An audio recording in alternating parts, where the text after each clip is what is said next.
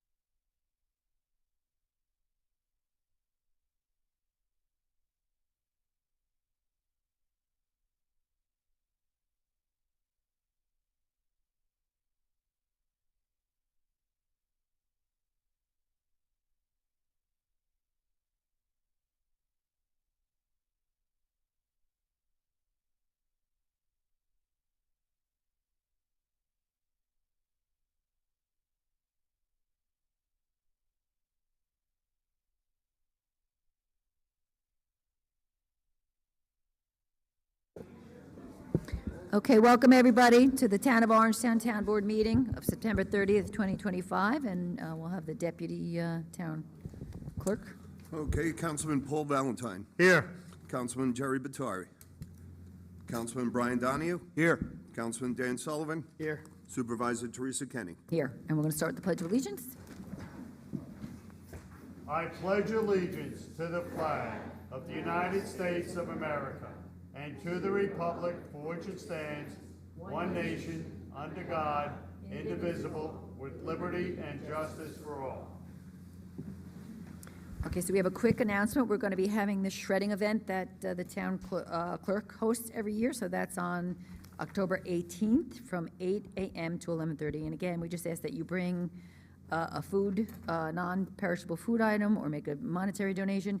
We do have a change. It's not going to be people to people. It's going to be to the Catholic Charities Food Bank. There was a little bit of a miscommunication, so we'll make sure the food gets to those who need it. We do have some awards, and I have a feeling that's why we might have such a crowd here. So for those who are not aware, I don't know that there's many, there was unfortunately a industrial accident at a business here in 303 on September 23rd. And police were called, but we commend them for the great work they did. But the services of two gentlemen from our sewer department and one from our highway department stepped in, which certainly is not part of their regular job duties, and they took heroic action. So I'm just going to read. One of the department heads had, basically asked that we do this acknowledgement, although it was something we were already planning on doing. But basically, a worker got his foot got caught in a tub grinder, which I don't even need to know what that is to know it's not a good thing.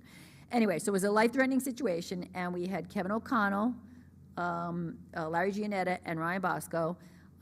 Basically, they demonstrated remarkable courage, quick judgment, and selflessness. Without hesitation, they placed themselves at significant personal risk to assist in the safe removal of the victim from extremely hazardous conditions.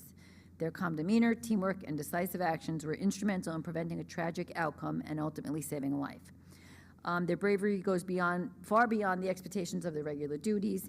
Kevin, Larry, and Ryan's conduct on this day reflects the highest ideals of service and dedication, and their action brings great credit to themselves and to the town of Orangetown. So I believe all three of them here. Would the gentleman like to come on up?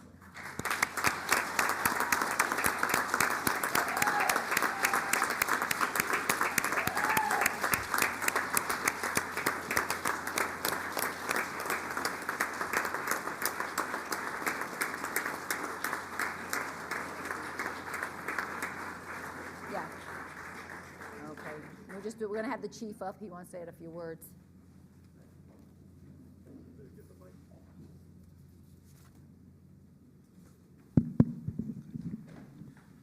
Thank you, Supervisor. I'm just going to some of it's going to be a repeat of what the Supervisor just said. I just want to add a few other things in, and I have Eamon here and Jim as well. So as Supervisor said, on September 23rd, the Orangetown Police Patrol units were dispatched to a report of an individual who was trapped in, she said what it was, I have it down as landscaping machinery. I know. Officer Delat was the first to arrive and found the male had both feet entrapped in the machine. She immediately requested medics, EMS, and patrol officers to expedite response. Officers McDennis and McCara got there, and they were able to utilize wood from the area to elevate the victim for the period of time needed, and another officer got there and assisted by setting up some ladders for the rescue personnel when they got there. In order to free the victim from the machinery, DEME employees Kevin O'Connell and Larry Gianetta and Ryan Bosco of the Orangetown Highway Department worked together along with O'Sullivan Tree and Recycling senior mechanic Xavier Vascones to expertly dismantle this machinery utilizing equipment from DEME, which I'm sure you know the name of what that equipment is as well. But, you know, just looking at it that way, it was where it was located. We had their personnel, highway personnel, they realized that there was equipment in the area that they could use, that they used for other things, and it truly was unbelievable to see them work together. The victim is currently recovering in Westchester and is expected to not lose either of his feet at this time. So,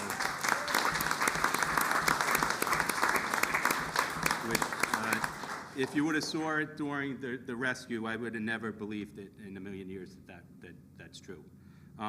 It was a well-coordinated multi-agency response that allowed this victim to survive a potentially life-threatening industrial accident. The agencies that were involved were the Police Department, SOAC, Medic 21, Orangetown DEME, Orangetown Highway Department, Tappan Fire Department, Rockland County Technical Rescue, New York State Police, Rockland County Sheriff's Department, and numerous fire departments that I couldn't begin to mention because they have a whole system that they backfill in other areas. So there's, I mean, it probably could have been 10, 12 other fire departments. They were all involved with the rescue, the medical care, and the escort to Westchester Medical Center, and they were all instrumental. There were so many people that made this possible, but I do believe Mr. O'Sullivan's here. We want to thank, you know, you're, as a civilian, to have your employee here. Absolutely, but everybody as a team worked. But, you know, we even had civilians stepping in to assist with their expertise is what it was. And to see this many agencies work together, there was no egos, there was no anything. Everybody was just doing their part. And it's something that, you know, the board, I'm sure you are, but we all as a community should be proud of everybody that was involved in it. And I'll turn it over to Eamon if you'd like to speak.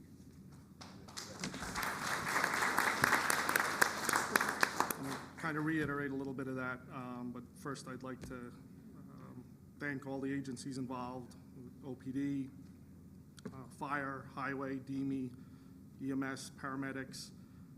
Everyone worked well together. It was a great team effort. I'd especially like to thank the board for recognizing Larry, Kevin, and Ryan tonight, you know, for their acts of heroism that day. Their selflessness, their bravery, their swift actions made a profound difference. And I personally want to thank them for their service that day. I'm very proud of them. Our town should be proud of them. Our community should be proud of them. And they are well deserving of the award they are receiving tonight. So thank you.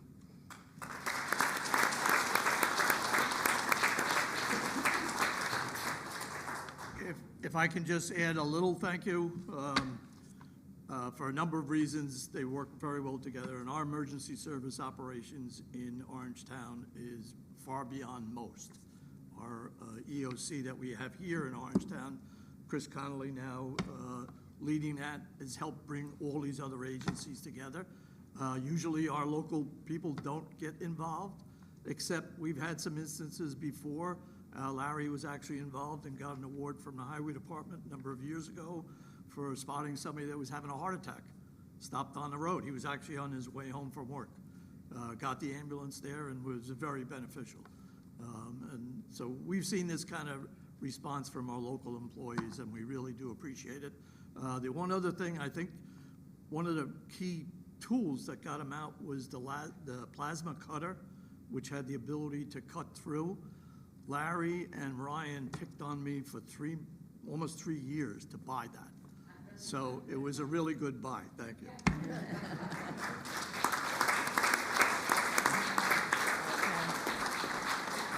Guys, we have some certificates for you guys. Take yours. Yeah, there you go.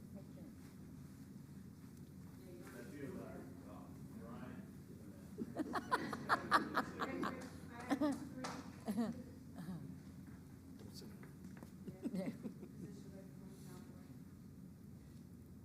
You guys want to get in?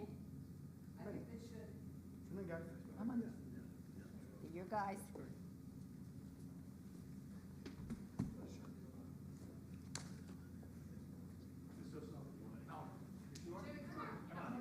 Come on, Jimmy.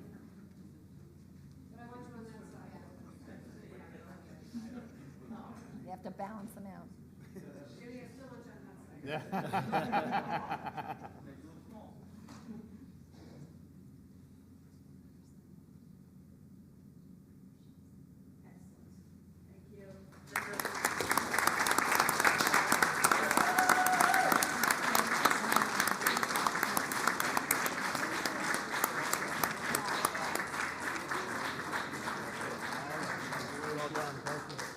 Good job. Well done. Great job. Great job. I wish I knew about Jim O'Sullivan. I would have something ready for him. It's the first I heard of it. Oh, look at them all going. Okay. I know. When I saw these people coming in, I was like, what? And then I realized I said, okay, good.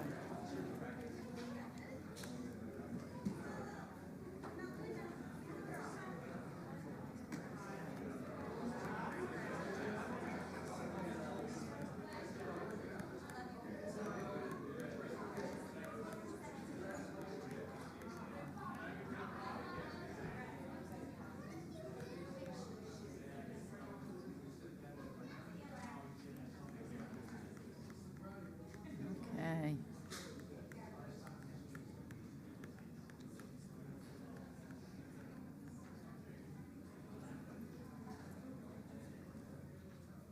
Gonna have a party out in the hallway. Okay. Okay, so back to business here. Okay, so now, Jeff, you're stepping up to do the presentation of the budget?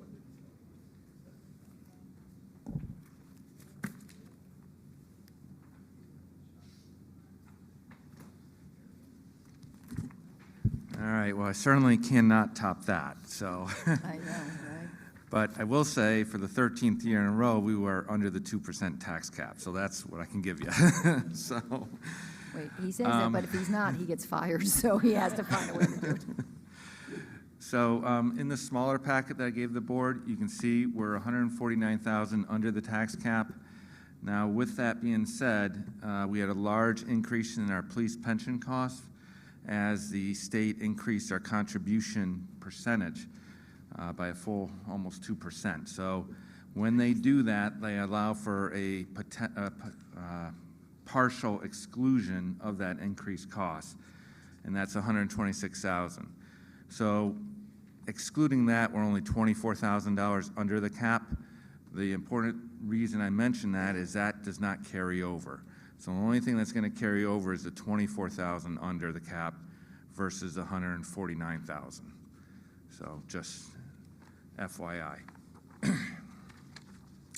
On the next page, you'll see that we, with a potential assessment of 200,000, your 1.71% tax increase, or $51 for a normal house with $200,000 assessment. Importantly, this page does not include the special districts, but it does include the change in base proportions, which included a small shift to commercial from the homestead. That means the homesteads pay less and the non-homestead pays more. Some of the changes on the next page are the changes from the request stage to the supervisor stage. Unfortunately, the county finally got back to us, and our tax certs are going to be about $659,000, which is about $300,000 higher than anticipated. originally, so that hurt us. But what we've done here is we have eliminated some vacant positions that were funded in the past, and you'll see that throughout there. And then we expect a little bit of better mortgage tax because interest rates are likely to come down, and we expect a little better safety inspection fees. The 5-year average is 3.3 million, so we're at 2.9 million. We expect it to, get a little closer to the average than what the request was. And then finally, we expect Blue Hill to be able to pay $400,000 back. If you look at the macro trends affecting the budget, the biggest items are workers' comp, our risk insurance, and our hospitalization. A couple other items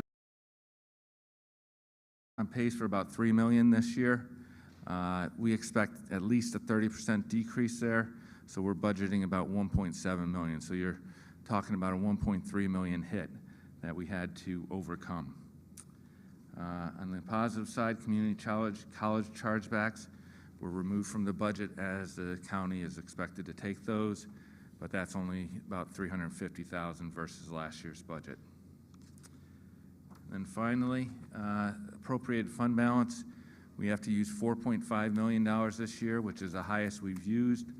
Now, if you go all the way back to 2012, we've always budgeted for it, but we've actually never used it. That being said, given some of these headwinds, I think it's likely in 25, we expected to use $3.95 million we appropriated. We are probably going to use some of that this year. So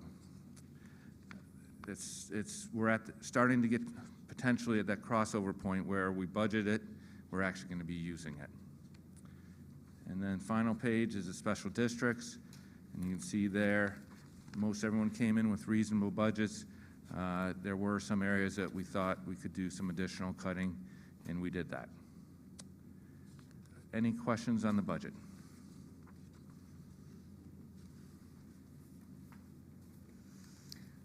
Okay, thank you.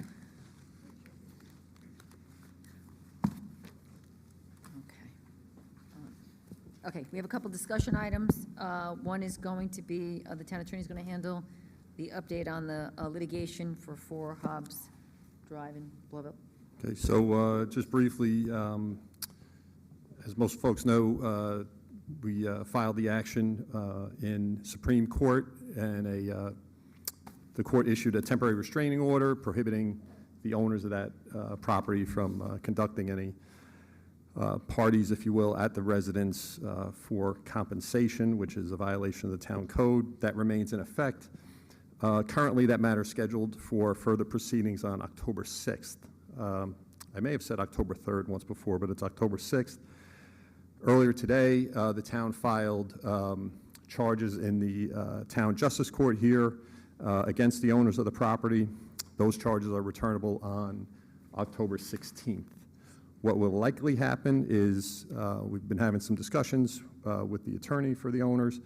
We'll likely adjourn that Supreme Court matter to sometime after the Justice Court matter, but we're kind of treating them together, if you will. If there is a resolution, again, I can't get into too many details because we're still in discussions, but it would be requiring the owners to take responsibility for what took place and pay fines, et cetera, and certainly agree and have a court order in place saying that couldn't happen again, and if it did, it would be a violation of the court order. So that's the update. Basically, the court dates, again, Justice Court October 16th, Thursday, October 16th, and the Supreme Court is October 6th, but that will likely be adjourned probably tomorrow or the next day to sometime after October 16th, likely the 20th or another date. So that's it. So totally not on the agenda, but just something I was hearing about earlier. Is there an update that you can share on Aloof?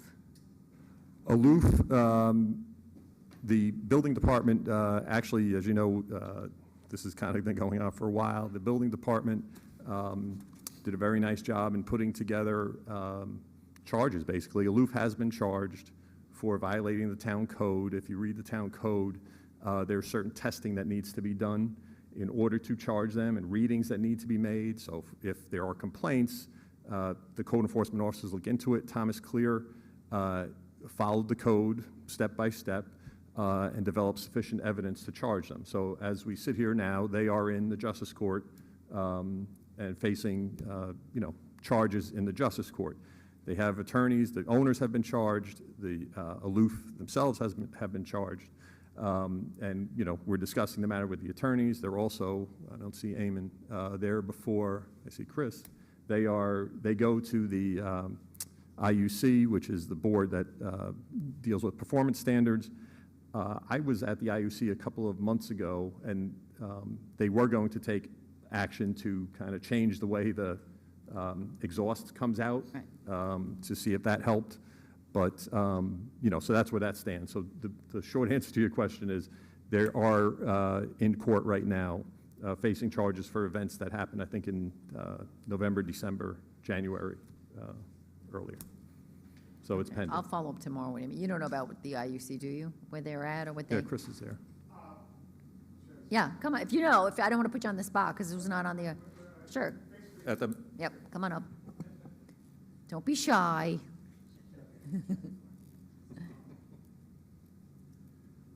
Good evening. I'm Christopher Sheehan from the Department of Engineering and Environmental Management. So basically, Aloof did come in. They are going to introduce an ozone system into effect, basically cleaning out the air and what they're emitting to the environment. And they are actually increasing the size of their stacks and the deflection angles of what's going out, so it will go directly up rather than flat across the environment. So that's basically where they're at now. They're still in the construction stages of that. Okay. And they haven't gotten back to us with a finished date yet, but we are keeping up on top of that. Okay. And we've been monitoring pretty closely. I know Eamon and myself have talked to Aloof a number of times, and they're going to get back to us. Thank you. Thank you. Okay. I just wanted to get at that because I know there's some social media indicating that we're not doing anything. And so I knew they were in court, so. Okay. So we're going to workshop the agenda items. Basically, accepting the distribution of the supervisor's tentative budget, which you just were handed. We have to set public hearing dates. These are for the Blauvelt Fire Protection District. We have the library, Blauvelt, Orangewick to Palisades. And then we have to set the public hearing date for the preliminary budget of October 14th. Then we have to reappoint number 7, reappointing Brian Kenny. By law, he has to be reappointed for a 6-year term. So this is his reappointment. He sends his apologies. He couldn't be here tonight, but he had a wake or something he had to go to. Number 8, authorizing the Christmas Lighting Company to install the lights in downtown Pearl River to be paid from the Pearl River Parking District. They do a great job. He does a great job. Number 9, this is more of a technicality. We already approved this, but there's a change in the name of the company, so it's basically we have changed basically we're amending it to the agreement with Miracle Recreation for the shade structures. We already approved this. It's just a different name, so authorizing us to change the contract. Number 10, I guess I'll let Rob speak about this too. I think we've talked about it before, but it's making proposed changes to our code regarding fines and penalties. And some of it's a little technical, but try to keep it for the layperson. Okay, I'll keep it brief. The town code has one chapter that addresses fines, and many of the other chapters point to that chapter, and it'll say, okay, if you violate this chapter, noise or zoning or whatever it may be, you look to chapter 41A. And that's been set up for some time. There are many chapters that have their own fines in there. So we look through, and we're trying to kind of make everything consistent and point to chapter 41A. One significant change that I've asked the board to consider, back in 2019, the state legislature enacted new discovery laws, which you may have heard about, and Part of the criminal justice reform. right, part of criminal justice reform. You heard of bail reform. There was discovery reform. And again, I've been I'm doing that for a long time, and, you know, it perhaps needed tweaking, but it seemed like it went a little too far, and even the state legislature recognized that, and in 2023, they made some changes. One of the changes that they made was, look, this discovery, and, you know, kind of the issues with if you miss something, you know, we've all heard of those cases where somebody missed something and the case gets dismissed, and district attorneys throughout the state have been complaining. It changed in 2023, and one of the changes made was, look, the discovery, this automatic discovery doesn't apply to local code violations. But it said if they don't have jail as a consequence. So all local code violations have a 15-day jail sentence. Again, in my 30 years of practice, I've never seen a person get 15 days in jail or 1 minute of jail for a code violation, certainly on the first offense. So just in an effort to make things more efficient, I'm suggesting raising the maximum fine for a first-time offense, but eliminating jail for a first-time offense. Again, because 99% of the cases, you know, 100% of the cases not even in play. It's usually a second time, and you know, one that comes to mind is, you know, I know there's a big thing going on in Clarkstown. You know, if something is so egregious, usually there's a criminal charge or some, Right. you know, more significant consequence that a person's facing, so or a property owner is facing. So that would be the only thing. It would only change it for a first time. So if you were a second offender, the jail would still be there, and we would do, you know, the discovery rules would apply, and the discovery still applies, but it's not the, you know, quite the automatic, you know, Dismissal on every automatic. case, and if you miss, you know, a piece of paper, it gets dismissed. So it's an effort to kind of make things a little more efficient, and, you know, so that's why I'm suggesting that change. And again, it would be raising the maximum for the first-time Penalties, offenders, right, the yeah. maximum possible fine. Yeah. So if everybody thinks they're okay with that, we could put it on, set the public hearing date for it. Yeah. Okay, everybody's good? Okay. Where the hell did I go? Okay. Okay, so the next one is accepting the petition, the request for zone change regarding multifamily dwelling. This is the, for lack of a better explanation, the Gabe Alexander project. The applicant is here and their attorney. Diana, I don't know if you want to come up, and, you know, I have the petition. It was very well written, and we will accept it, but I just wonder if you want to add anything. Sure. Thank you very much, Diana Kolev of Del Bello, Donnell, Weingarten, Wise, and Whitaker.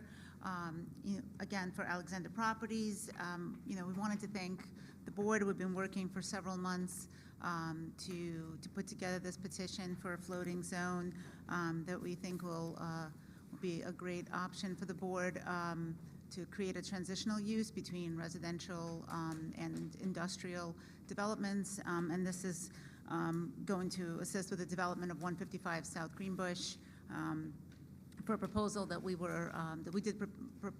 did show to the board with a concept plan previously. So, you know, we're here to answer any questions that you might have. We thank you for your efforts on this. Okay, thank you. And just as an aside, I was talking to a resident who lives right down the road, and she didn't know anything about it, so I started telling her about it. She started asking me all sorts of questions about it, and she said, well, how long do you think it's going to take before it's done? And I was like, I don't know, it has to go through the process. I said, you know, 2 years or whatever. And I said, why? She goes, because I'd love to live there. I'd sell my house and I go live there. So, and she lives right down the road. So that was a positive feedback, because I said, we didn't really get a whole lot. So I know at least one person who lives nearby is good with the project. So thank you. All right, that's Anybody have great any to hear. questions for Diana or anything about? No, No. but just to be clear to everybody listening, this is just moving this forward. This isn't approving anything, it's letting it start the process. Yeah, so this, Resolution 11 is to accept it. The next one is to set the public hearing date. We don't have to set the public hearing date if you want to wait till the comments come back, or we can set it and pull it, whatever, you know. It's totally up to you guys. Just one thing, in terms of the form of the law, when Diana and I have kind of been, you know, speaking about it, and originally it was proposed as a special permit. And what that would mean is if it were to pass, if an applicant came in and met all the criteria, the board would have to issue the special permit. I see the supervisor's raising her eyes. I'm going to mention it. What we had discussed, and the supervisor had some little input in this, was instead of making it a special permit, would make it a floating zone, such as PAC, meaning if somebody did want to take advantage of this zone, if it were established, this board or a future board would not even have to entertain it. They could say, no, we don't like it, we don't want it, and not approve it. So it gives the board more flexibility for, certainly this project and future projects to, it's not an automatic or For other projects. there's much more discretion for the board. I'd rather leave the date on. We can always continue it or whatever, but I just, Because you're not gonna be able to do anything without getting all the comments Right, back. So right. if we open it, we're gonna have to listen to the public and then keep it right. open. No, we're just gonna, right, so we're gonna, right, we're never gonna vote on it on that date. So, yeah, I'd rather keep it. We'll get the comments back, then we'll have the hearing on the 18th. People will get to speak, and then we'll take it from there, what we wanna do. Okay. Okay, that work? Okay. So that's 11 and 12. Okay, 13, we have accept a indemnification hold harmless. This has to do with a offense in 50 Woods Road in Palisades. And then we have tax cert 14 for property in 201 Route 9W in Nyack. And we have another tax cert for a property on Dutch Hill Road in Orangeburg. And you see the amounts that we have to refund, and the school, of course, has approved these too. Number 16 is a notice of discipline and appointing a hearing officer.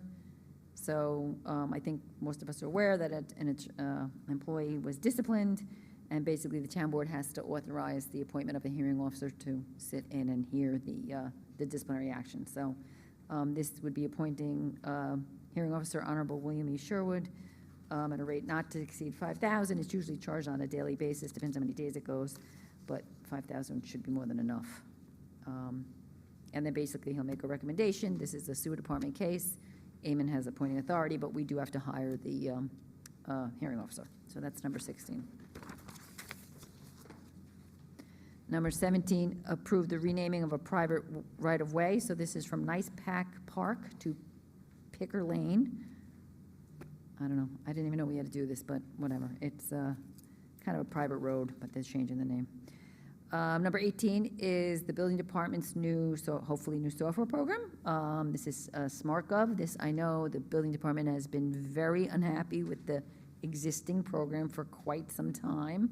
So they really did due diligence, Rick and I guess some of the others in the department.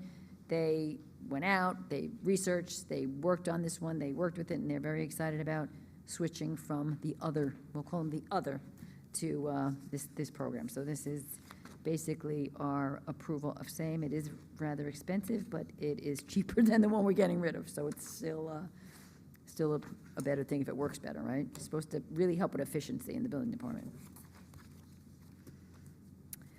Number 19, they're authorizing the Justice Court to apply for a grant. We have 2 bench donations along the rail trail. We have to our old buddy and pal, Grandpa Anthony Concannon, with his date of birth, November 28, 1940 to January 9, 2025, and in loving memory of Jim and Kathy Larkin. So we have 2 benches.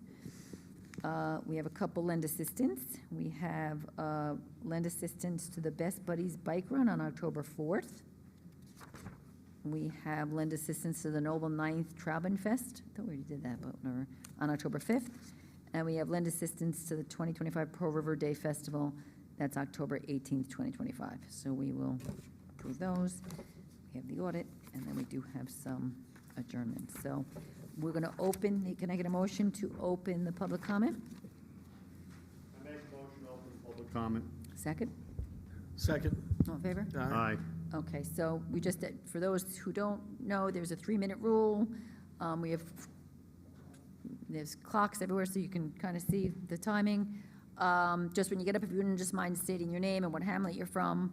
And again, if you didn't sign up, don't worry. I will give people who didn't sign up a chance to. First one that signed up, I have a Helena Power.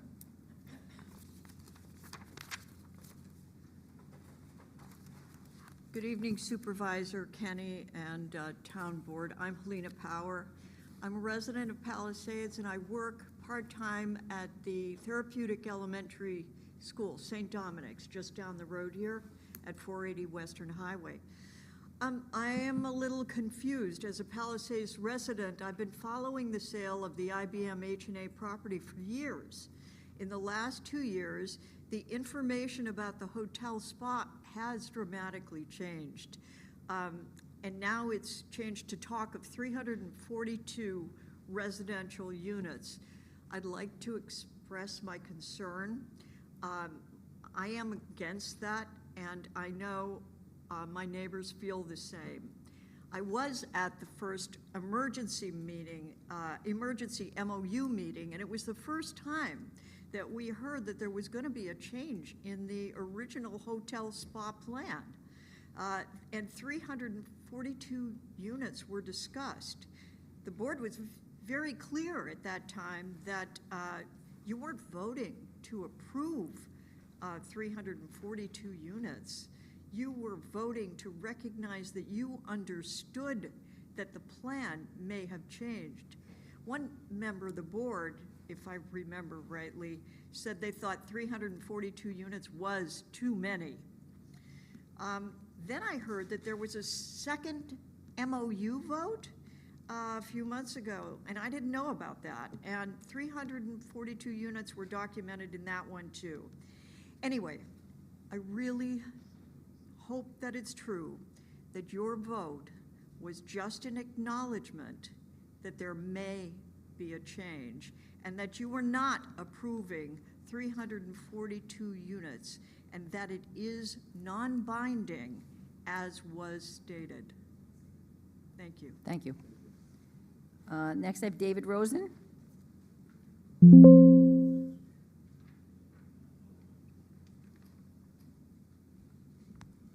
Good evening, Supervisor Kenny and Honorable Board.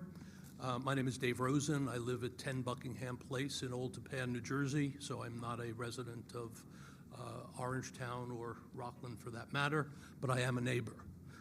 The reason I'm here is on the New Jersey side, I live adjacent to Lake Tappan and adjacent to the data bank data center property. And as many here may know, and of course as the board knows, there is currently a proposal to build a new data center when the one that was just built was just turned on, and we had expressed many, many concerns about Data Bank 1, as we'll call it for purposes of discussion, and now Data Bank 2, which brings up many, many bigger environmental issues that go farther. I'm here tonight not just as a neighbor, but a steward of the watershed around the lake. Our attorney, Cliff Davis, all of you sitting there should have received a package from our attorney which described and discussed many of the concerns related to the proposal, which is currently in front of the planning board as we speak. Before any SECRA analysis and environmental evaluation can go forward, the town board, we believe, needs to legislate what the zoning code should be. The comprehensive plan lays out very clearly, which was written relatively recently with the help of AKRF, that the LOI zone, which Data Bank resides in, does not have an approval for data centers. And this is a big concern because in the event that any type of data center in the future go in there, the town should really define the standards for issues for any conditional use. That has not been done to date. The planning board should advise Data Bank it should not accept its application and unless the board modifies the LIO zoning. So to proceed with SECRA now is really chasing our own tail.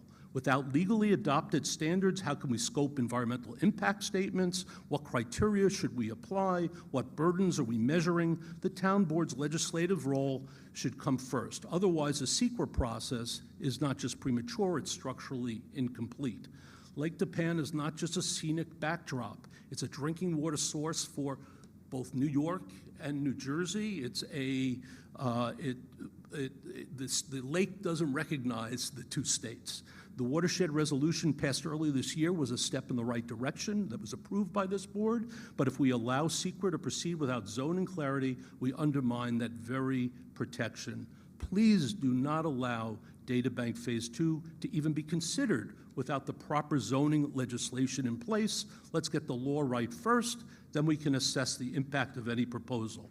Thank you again for your listening.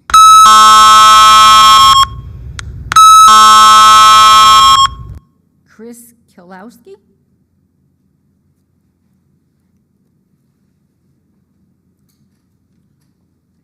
Good evening, everyone. Good evening, good evening, Town Board. I'm also, my name is Chris Kalbiowski. I live at 6 Buckingham Place in Old Tappan, New Jersey. You might be able to turn the Sorry. microphone, maybe just turn it up. Either take it out or pull it up. I think, either way. There you go. I also live in New Jersey. I recently moved from New York, lifetime New York resident, have strong connections to family and residents in Orangetown and Clarktown. Go to the local Catholic church in Clarkstown and New City, but I also have significant concerns about this project, as David Rosen has said. First, let's be clear, the Planning Board's own Condition 14 in its Phase 1 approval says Phase 2 cannot be built. It occupies the land bank parking required for Phase 1. That condition is binding. If the applicant wants to change, they must formally apply to modify Phase 1. And that opens up the door to the objections on Phase 1 itself, including its zoning compliance. But beyond procedure, we need to talk about prudence right now. There's widespread and growing concern about a possible AI bubble. In fact, CoreWeave, the primary company leasing the current data bank facility, recently received a BB negative bond rating, according to Fitch Ratings. And in quote, the rapid revolution and nascent nature of AI technology contribute to the uncertainty of CoreWeave's sustainability over the longer term as the company continuously adapts to fast-changing technological advancements and market demands. Spending is surging, but it may not be sustainable. Technologies are evolving so fast in this industry that a data center built today may not meet cost-effective needs 5 years from now. That's not speculation. It's the reality of a volatile new industry and sector that lacks regulation. If we eliminate the land bank parking and lock this site into a single-use future, we lose the ability to repurpose the building if the data center fails or becomes obsolete. That's poor urban planning. It's a gamble with our land, our infrastructure, and our watershed, and for future generations of the community. Lake Tappan is a shared resource. It's just not Orangetown's, it's ours too, and it's the region's. There are no state lines. The town board has a duty to plan carefully, not just for today's tech trends, but for tomorrow's environmental economic realities for future generations. Please do not allow Phase 2 to proceed without reopening Phase 1, and please do not allow zoning legislation is in place. Let's protect Lake Tappan with foresight, not hindsight. And I leave you with this quote: "We cannot allow our respect for the law to be undermined by those who seek special privilege at the expense of our community." Thank you. Thank you. Okay, anybody want to speak who did not sign up? Eileen, why don't you go first, and then we'll get...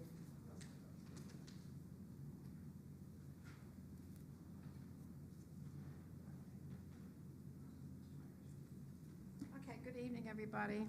I'm here to talk about item 11 and 12. They're sort of connected to each other. And it has to do with amending the town code, chapter 43, article 4, to permit multifamily dwelling community on parcels of 10 acres or more as a floating zone in the LI zoning district. I'm assuming that this change is going to allow any area in Orangetown that has an LI zone to be available to be changed into an MFR parcels. It's a channel, my head is in the television. Item number 12 has a date of November 18th set for the public hearing. My concern is that I'm not saying I'm for or against the issue on Greenbush Road, but they could be given this particular use by a special permit without changing the town code. We just came off a 2 or 3 year putting together a comprehensive plan. Basically, that plan said that Orangetown should remain basically single-family homes, especially Palisades. And thank you, Helena, for coming and speaking about this issue tonight. There is surrounding Palisades, Rockley wants to build multifamily residences. I believe they hook into our sewer treatment plant. If you do a blanket zone change, this board is going to change Orangetown forever. Treat each case as an individual case. Greenbush Road perhaps will not have any impact on abutting property owners. But if you change the zone, any LI zone in Orangetown now will be able to be changed to multifamily residences. And if you go through New Jersey, you'll see the god-awful MFRs that are being built. The only nice one that was built 30 years ago is in Norwood, New Jersey. It's called North Woods. It was built the time I opened my business. It is beautiful.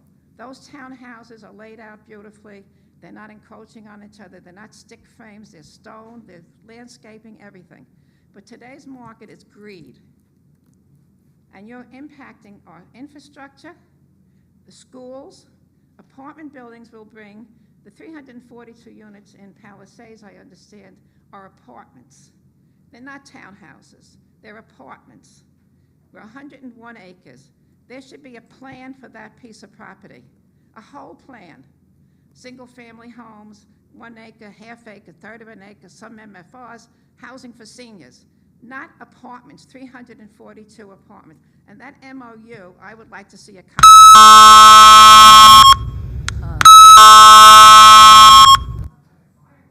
Okay. Patty, do you want to speak? Just totally wrong. Just totally wrong. You just said it. Hi, my name is Patty Pudge-White. I live in Pearl River. I just have a quick question.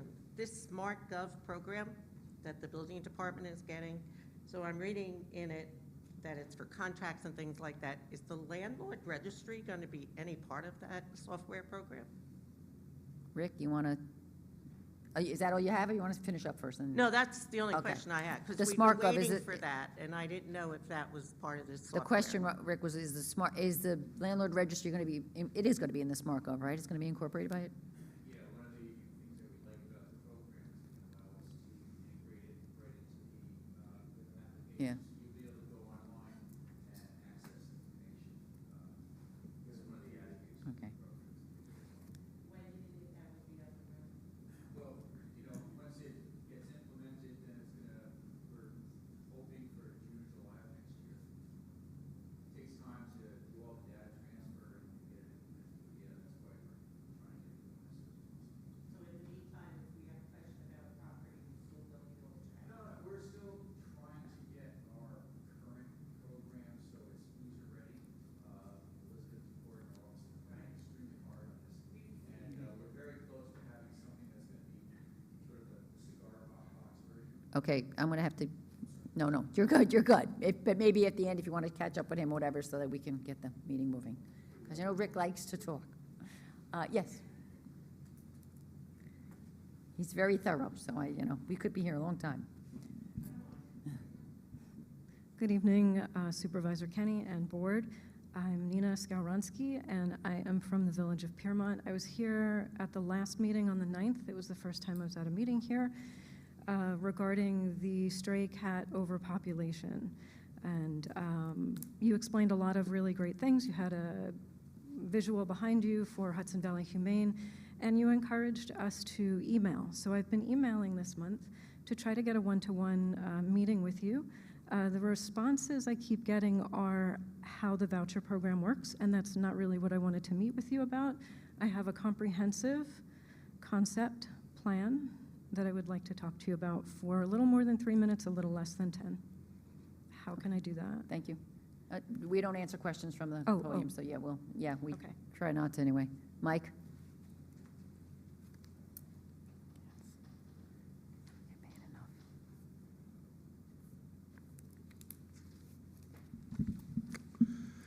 Good evening Supervisor Kenny, members of the Town Board. I'm Michael Mandela, resident of Pearl River. First, Rockledge, New Jersey is redeveloping an area that borders Orangetown to construct housing. Currently, the buildings there use the Orangetown sewer system and sewer treatment plant. Will the new project continue to utilize our wastewater treatment plant? If so, will the volume increase, resulting in a strain on our plant, especially with the new construction in Orangetown? Second, let me preface the following comments. They are not whether a project has a negative or positive benefit for the town, but rather it inquires into whether the town is transparent as to whether it keeps residents informed about a project as it progresses, starting with the applicant presenting a conceptual or complete design through zone change discussions at town board meetings to final approval, allowing the applicant to proceed through town land use board review with public participation. On February 25th, 2025, a presentation was made at the board meeting proposing residential units at 155 South Greenbridge Road. Tonight, the board was discussing a zone change requested by the applicant, and the public can comment and ask questions if they so desire. On July 2nd, a presentation to repurpose office space at 2 Blue Hill Plaza for residential use was made. Most likely will be scheduled for a discussion on a zone change in the future. Both of these projects have one thing in common. Is the transparency. The public has been kept informed from the beginning to where we are now. In the case of H&A located on Route 9W, presentations have been made at town board meetings proposing anything from a hotel to townhouses or a combination thereof. All this was done in the public eye. My question tonight is about a proposal to build 342 rental units on the property, and that a memorandum of understanding has been written. If my information is correct, why haven't the residents of Orangetown, especially Palisades, been kept up to date through presentations at town board meetings that are televised? If I missed the presentation, I disregard the question, but I don't think I've missed it because I don't think it's been there. If both my questions bear truth, why have we not been informed in a timely manner of this project? And just lastly, one quick comment. Number 12, of the floating multifamily dwelling community zone. It sounds very similar to something that was put forth under the Kleiner administration, workforce housing. And this proposal seems very similar to it. Hopefully it's not, but it could affect the whole town, as the previous speakers talked. Thank you very much for your time. Thank you. Is there anybody else who wants to speak that hasn't had a chance to speak yet? Okay, so I'll address some and I'll let the town attorney address. Oh, motion to close? I make a motion to close public portion. Second? I'll second. All in favor? Aye. Okay, so I'm just going to address some of the questions. I don't know where this thing about H&A's even coming from. They have not presented a petition. No petition's been presented. New owners took over the property. They're working with the DEC, but there's no presentation, nothing's been approved, so I don't know where this rental stuff is coming from, because we don't have anything submitted. So that's why, going back to Mike's point, there's nothing, because we don't have anything. So that's, look, every one of these projects, like tonight, if we accept this petition, we send out for comments, there's public hearings, and usually there's multiple public hearings. So everyone has a chance to speak on this, pro, con, or otherwise. So, just when it comes to H&A, there's been no submission. When we did the MOU, we explained somehow we went from having a hotel to no hotel, which, by the way, they're still trying to get a hotel. That's why I'm saying that there's no plan yet. But what I've heard is that the hotel is in extremely poor condition, and that to make it viable would probably cost money than to knock it down and build a new hotel. So, but again, without having an actual petition in front of us, we're just talking about the what ifs. So the minute we get a petition, you will know, and we don't have one. On the data bank, I'm just gonna, and again, I will refer to the town attorney, this is before the planning board. So, I'm old enough to remember the McGee case where the town got hit with a $6 million lawsuit because they went and revoked things after it had been given, and the building inspector had given it. they're an independent body, and we cannot interfere with them. But I'll let my town attorney tell me if I'm off my rock. No, I'll leave it at that. That's You good. leave it at that, okay. But yeah, but I understand here for the, in front of the planning board, they have authority to do whatever they need to do. You know, I know that, I believe they're doing environmentals and things like that. So by all means, I would encourage you to go to the planning board and make those very relevant arguments. This town board, if we intervene, we could put the town in jeopardy. What else do we have? I already said about that, okay. Okay, that's all I got. Anybody got anything else they want to add? Did you want to address the Rob, floating zone? What? The Oh, yeah, floating sorry. zone. Go ahead. Oh, well, so anyway, Rob had started at the beginning of the meeting saying that the way that we're doing this floating zone is to specifically prevent what Eileen is talking about, that it could be any property zone this way. It's a legal way that we basically, if someone else comes in, wants to apply, we can just say, no, it doesn't fit what we want, no, we don't even have to entertain it, and it's a way, and it's why we did it this way, was that so we didn't have it opening up other areas in the town. And I would just say, this is consistent with our comp plan. The comp plan talks about transitional housing. We have warehouses, we have multiple warehouses, we have this lot, and then you have single-family homes. So this is right in between, it's transitional.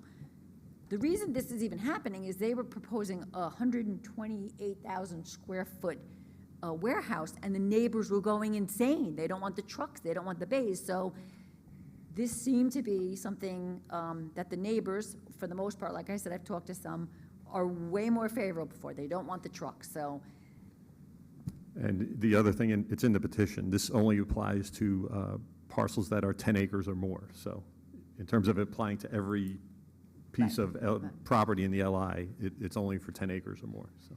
Right, but if I'm correct, Rob, what you said in the beginning was if we did it by special permit, it would open it up to a lot more properties, where if we do it by this, we can pick and choose which projects we want to hear or not hear and move forward or not move forward.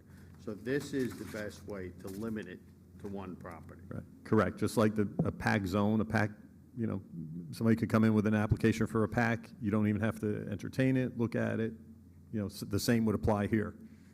Whereas if it were a special permit, you do have to act on it, up or down. Yeah, and I mean, you know, look, it's all public. The petition, I'm sure, is online. If not, it certainly will be online. They did beautiful. They're beautiful. I think they're beautiful renderings. I think they made it very naturally looking. You know, so I think they did a really good job. You know, they did actually start with more units. They did actually have come in and we met multiple times, and they made adjustments to it. So I think we'll hear what the comments come back with, and we'll hear what the comments have to say, the public has to say, and we'll have to take it from there. So, anybody else? No. Okay, then on to the town board. Okay, item number 3, basically just accepting the preliminary budget and distributing it to the town board. So can I get a motion? It's kind of a weird thing. Motion to, I'll make a motion. okay, second? Second. All in favor? Aye. Okay. Get a motion to set the public hearing for the Blauvelt Fire Protection District for October 14th at 7:05 PM. I make a motion. I'll second. All in favor? Aye. Can I get a motion to set, again, October 14th at 7:10, the public hearing with regard to the Orangetown Library District Agreement, Blauvelt, Orangeburg, Tappan, and Palisades? Motion? I make a motion. I'll second. All in favor? Aye. And then can I get a motion for, to set the public hearing date on the preliminary budget for October 14th, 2025? I make a motion. Second? Second. All in favor? Aye. Can I get a motion to reappoint Brian Kenny to the position of assessor for the town of Orangetown for a 6-year term, effective October 1, 2025? Make a motion. I'll second. All in favor? Aye. You got it right in the nick of time. We needed it by October 1st. Can I get a motion to authorize Christmas Lighting Company to install the holiday lights for, in downtown Pearl River, again with the funds coming out of the parking district? Motion? Motion. Second? Second. All in favor? Aye. Motion again to amend Resolution 2025-356, the agreement with Miracle Recreation. Basically, again, it's to change the name, so motion, I'll make a motion. second, Second. all in favor? Aye. Aye. This, just so you know, this was grant money that we got from Assemblyman John McGowan, so, for the shade structure, so there'll be a nice addition to our parks. Can I get a motion to set the public hearing for October 28th, 2025 at 7:05 for the proposed change to the town code regarding changing the penalties as we discussed earlier? I'll make a motion. I'll second it. All in favor? Aye.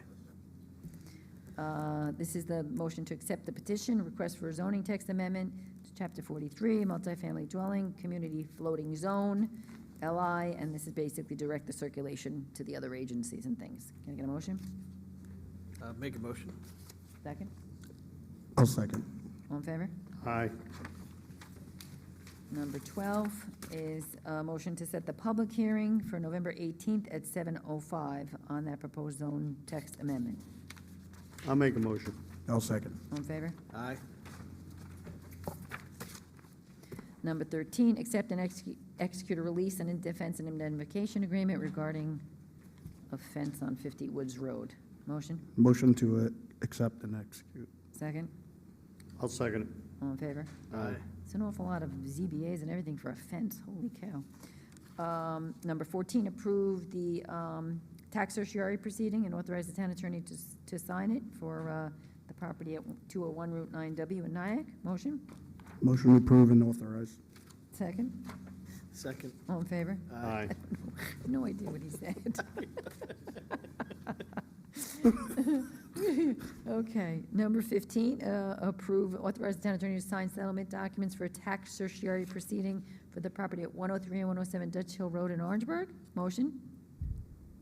I make a motion. I'll second. All in favor? That's easier just to say I second it, right? Number 16, acknowledge notice of a disciplinary action and appoint the hearing officer in this matter. Again, Judge Surratt. Can I get a motion? Make a motion. I'll second. All in favor? Aye.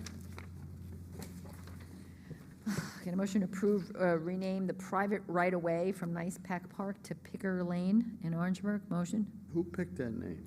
Yeah, apparently, I asked this question because I was like, what is happening here? Nice Pack used to be here. They're not there anymore. Mr. Picker? Mr. Picker or Mrs. Picker. It's a family name, Okay. I got to tell you, Nice Pack Park sounds better than Picker Lane, but whatever. Can I get a motion? I'll make a motion. A second? A second. All in favor? Aye. Because it's a private road, so I'm like, why do we even have to do this? But I was Yeah, told we I got to do it.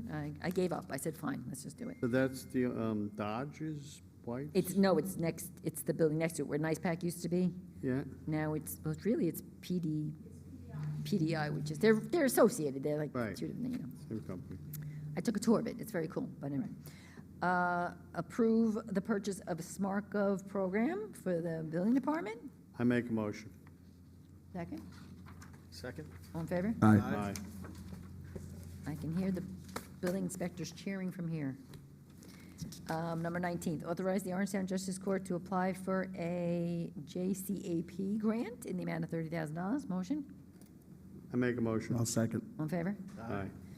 Approve 2 memorial benches for along the rail trail. Can I get a motion? I can do Motion. that. I'll make a motion. Well, I'll second then. Okay, all in favor? Aye. Can I get a motion to combine and approve items number 22 through 24? Motion to combine and approve, sorry. Paul. Okay, that's good. Brian got it first. Second? I'll second it. All in favor? Aye. Okay, that's the nice ones. You guys want to do the nice ones, okay. Took our summer.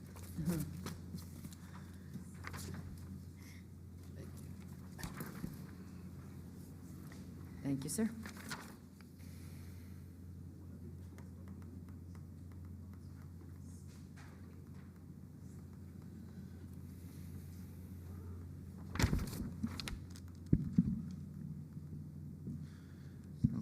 Okay, the audit for tonight's meeting consists of 4 warrants for a total of $3.1 million. Items of interest, number 1, Rockland Paramedics, $132,000 for September paramedic services. Number 3, NIPA, $21,000 for the streetlight project. Number 4, Chestnut Ridge Transport, $74,000 for summer camp transportation. Number 5, Chiparino and Sons, $67,000 for highway paving. Number 9, Global Metello, $40,000 for fuel. Number 11, Keen Chemical, $23,000 for sewer chemicals. And number 15, Turco Golf, $113,000 for the Bunker Hill project. Any questions on the audit? Nope. Make a motion to approve the audit as read. Second? All in favor? Aye.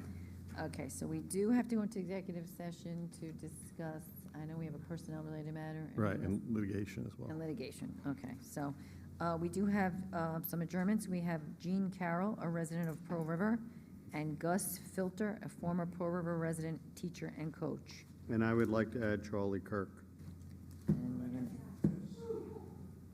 Okay. Okay, so we added Charlie Kirk. Okay, so can I get a motion to